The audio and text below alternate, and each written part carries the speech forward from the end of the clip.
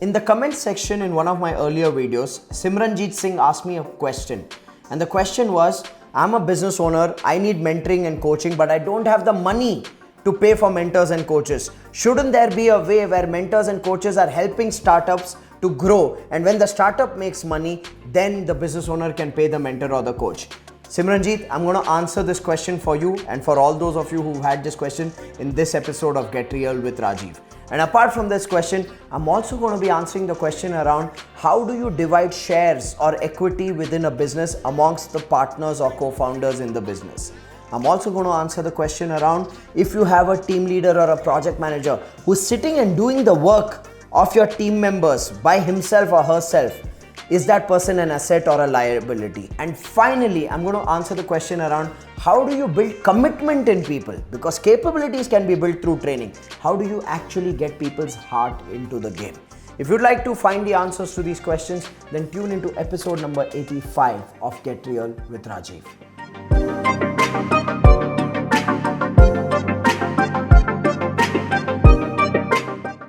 Hello everyone, welcome to episode number 85 of Get Real with Rajiv. Like every single week, I'm going to be answering 4 questions for you, and today Pawan's going to be the voice of your questions. So Pawan, what's the first question? The first question is from Simranjeet Singh. How to get support in the initial stages of the business when most of the mentors and other organizations around charge a lot for the same? If there can be someone who can support you in the initial time when we are not at the level of paying someone for the mentoring, that could be of huge help for startups. How do you suggest we go about this? Okay, Simranjeet, firstly, good question, very valid question. People often ask, I don't have the money, how do I pay for coaching or mentoring? But here's where I want you to understand, Simranjeet, there are 2 types of mentors and coaches. One are professional mentors and coaches, the other are passion-driven mentors and coaches. Now, when you work with professional mentors and coaches, these are people who have a structure to their mentoring. They have a method, they have a clear approach to their mentoring. These are the people who you can demand their time. You can also demand results from these people when you work with them as a mentor or a coach. Now, these are professional mentors and coaches. Then you have passion-driven mentors and coaches. These are people who are already successful and they just want to mentor startups just as a way of giving back. But with passion-driven mentors and coaches, you cannot demand their time, you cannot demand results from them, from their mentoring. Neither can you demand them to give you a clear structure or an approach. They do it out of their own passion. Now, in my belief, you need to have both passion-driven as well as professional mentors and coaches. You need to have a mix of both for us as a startup, because you want to move your startup from one stage to the other stage with the help of a professional mentor using a structured approach. And at the same time, it's always good to kind of have someone who's a passion-driven mentor to just fall back upon for some opinions and guidance and perspectives. So I think every business needs a combination of both. Now, with regards to your question of, but how can I hire a professional mentor or a coach when I myself am not making money and my business needs that kind of guidance? Well, let me tell you, that's the game. That's the magic trick, right? You got to invest the time and money that you don't have to get the time and money you desire to have. I mean, the game of growth is always outside the comfort zone. If the world had mechanisms for things to happen when we don't have the resources and then we repay to people once we have the resources, then the world would be functioning differently. And here's what I've noticed, Simranjeet. This is my personal experience, both being a seeker as an entrepreneur when I was seeking education and mentoring, and also being on the other side today where I am coaching and mentoring organizations. One of my biggest lessons has been that when people learn for free, they don't take action. They don't have their skin in the game. They are not committed enough to do whatever it takes. And here's what I've seen. When people pay and they pay well for a mentor, then they take that mentoring and coaching process extremely seriously and they look at extracting the maximum out of it. So I just believe it's a law of fair exchange, where when somebody is investing their time, their skills and giving you a pathway, then you also have to be willing to invest that money. And nobody better than me can say this to you, because when I invested from October 2014 to January 2016, I invested 40,67,000 rupees in mentoring and coaching. And this was the phase of my life where I already had a 70 lakh loss and a 45 lakh rupee debt. So I borrowed money when I was already in debt just to invest in mentoring and coaching. And that investment because I did it in a circumstance where I was already pushed against the wall, that investment became my driving force to execute and take action on whatever I have learned, and that investment has brought me where I am. So Simranjeet, while it feels like a very sincere thought that let a mentor handhold me and then when I grow I will pay that mentor, I will say that that approach will not even work, because you need to have skin in the game. So go outside your comfort zone, invest the time, invest the money that you don't have today so that you get the time and money that you desire to have tomorrow. That's the game of growth. With that, let's go to the second question for the week. So Pawan, what's the second question? We are Subodh, we are asking, in a team, if the team leader is really helpful, committed, coaching and always ready to take the entire workload on himself or herself, in case any team member has failed to deliver, is such a leader really an asset to the organization, or is he or her a roadblock to the growth of the organization? Well, Subodh, just let me just reiterate your question. So what you're saying is you have a team leader who is very committed, very open, in fact takes up the workload of the team members when the team members are not doing their job, okay, and does the job himself or herself. Now your question is such a person an asset or a liability? I would say definitely an asset, but an asset that needs some refining, an asset that needs some guidance and mentoring himself or herself. And I'll tell you why. The fact that a team leader is willing to take upon themselves individually to do the work of their team members, that itself is a sign of commitment. And you can't put a price tag to that kind of commitment. You can't find that commitment easily also with team members.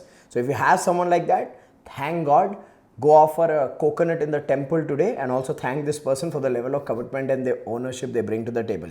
Having said that, here's a refinement that needs to happen with such a person. Typically what I've noticed is when you promote a committed team member to the role of a manager or a team lead, while they realize that now they've received a promotion, somewhere they have a misconception that now I'm not just responsible for my work, I'm responsible for the work of these people who I have to manage, therefore I will do even their work. So there is a self-image misalignment.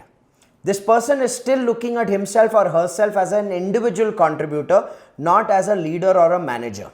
So the refinement you need to provide is you need to showcase to them that while this behavior of wanting to do the work of the team members by himself or herself is great, that's not the real purpose of their role. The real purpose of their role is to actually create goals for their team members, make sure that they are creating clear plans and instructing their team members and delegating with clarity. And after delegation, to review the work of the team members and give feedback to the team members so the team members can grow, train, mentor, coach and develop the skills and knowledge of the team members. You need to give them this list of tasks: goal clarity, delegation, review, feedback, training, coaching, mentoring. And you need to tell them that their goal right now is to grow the capability of their team members, not just do the work of their team members.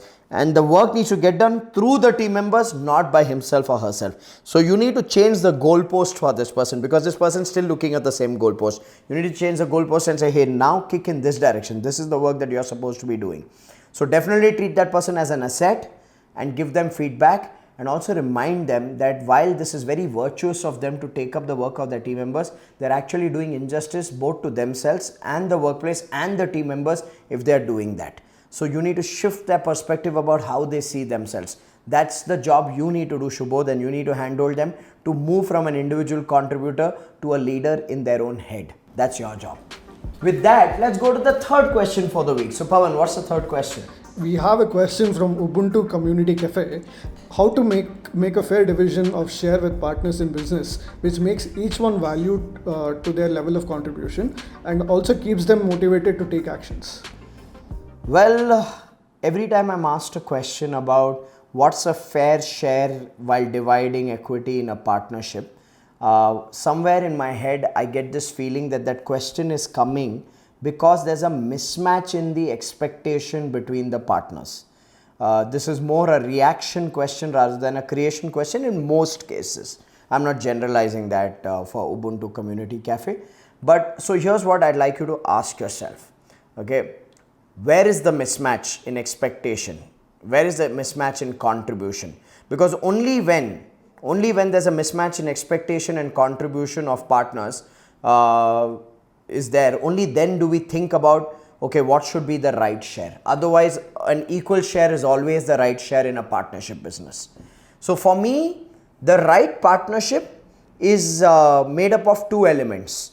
One, complementary skills and responsibilities, and the other, common values and work ethic. So for me, a right partnership is these two elements. Between the partners, there should be complementary skills, which means if I am the chef of the cafe, I need a partner who can market the cafe. That's when we are complementary.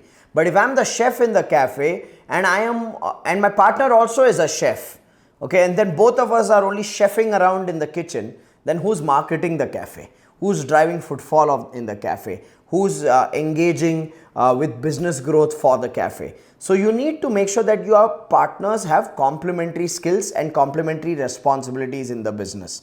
That's a great partnership. Second is you need to make sure that the partners have a common work ethic and common value system. Now, the first one is easy to decipher even before you get into the partnership, because based on the past track record of an individual, their work experience, their professional background, their educational background, their personal skills, based on that you can see whether we are going to be covering the different aspects of the business between us as business partners. Do we have the complementary skill set? The question comes, how do you figure out a person's work ethic and value system without working with that person? And that's why one of the things that I recommend, especially to new startups, is that it's always useful if it's two of you or three of you who are starting the business or co-founding the business, give yourself a probation period to check each other's value systems and work ethic, and to check whether you align with each other. So build a business in a probation period. Now the question may be, but Rajiv, then who owns the business?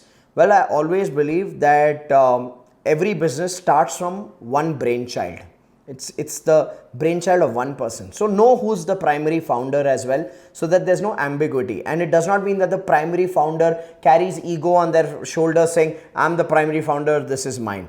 The sign of a good primary founder is the one who says this is ours. And the sign of good business partners is the one who say, yes, while it is ours, he's the person who took the lead first. He's the person who came up with this idea first. He's the person whose brainchild this business is. I think when both are giving credit to each other and both are honoring and respecting each other's presence, that itself for me is the ingredient of a right partnership. I hope that makes sense to you, Ubuntu Community Cafe. So what I would suggest is equal partnership. That's my formula for a business, or at least equal in proportion of the roles that people are playing.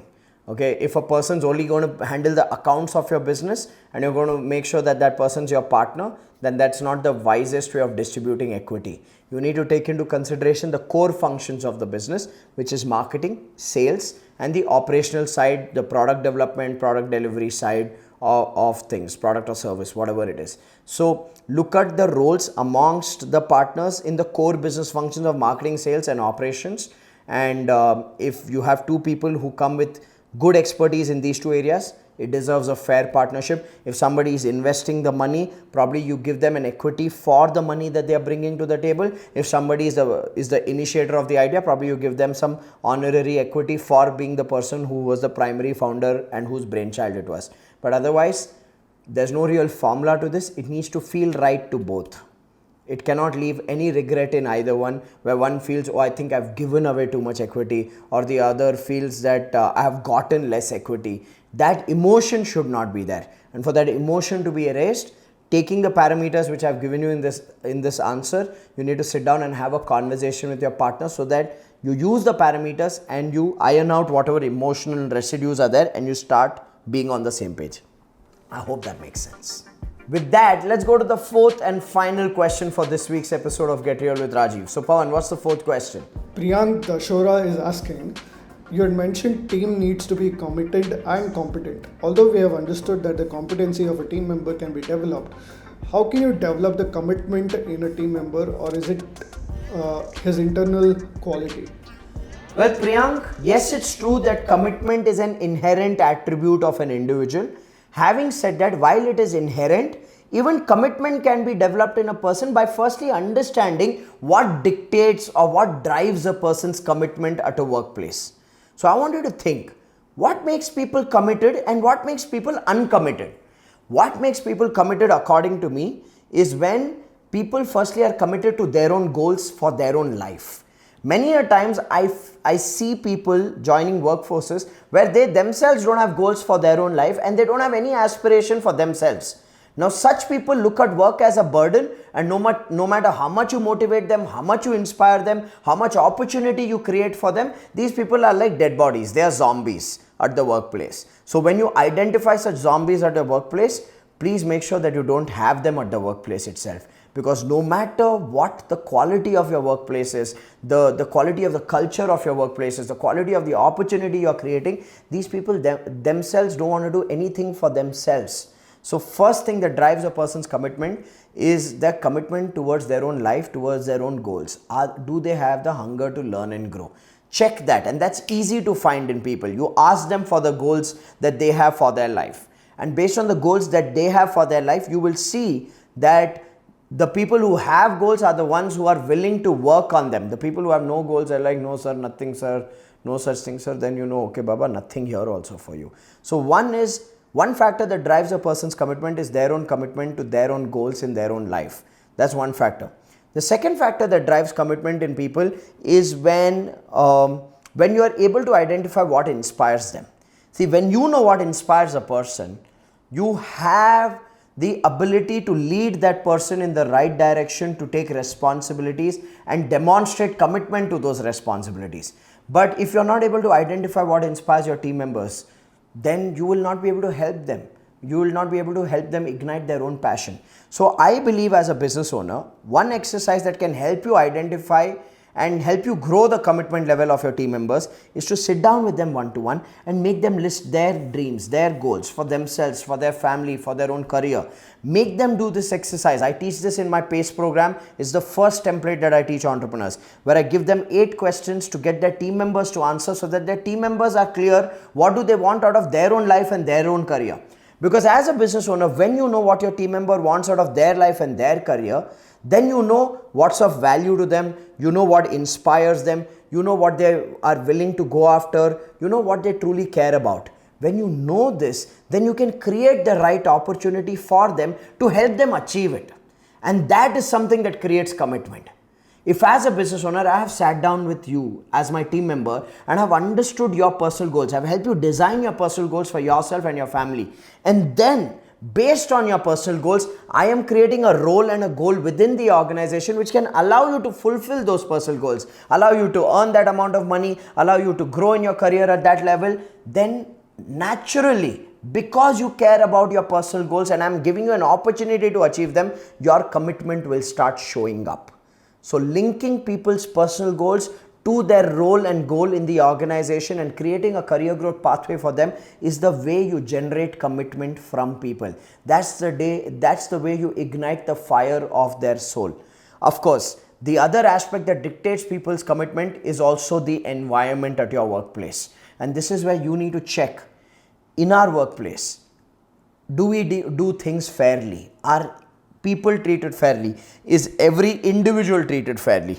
Because if people are not treated fairly, even though you link their personal goals to the organization's goals and their roles in the organization, if there's no fairness in the environment, people lose connection. And when they lose connection, they lose commitment. So I believe in 3 F's at the workplace.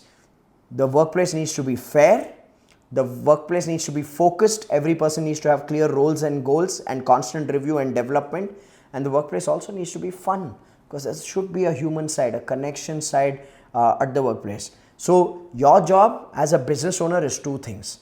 Understand with each individual what are their personal goals and create an opportunity within the organization by creating roles which can help them achieve their personal goals. And second, make sure you're building a culture which is fun, which is focused, and which is fair.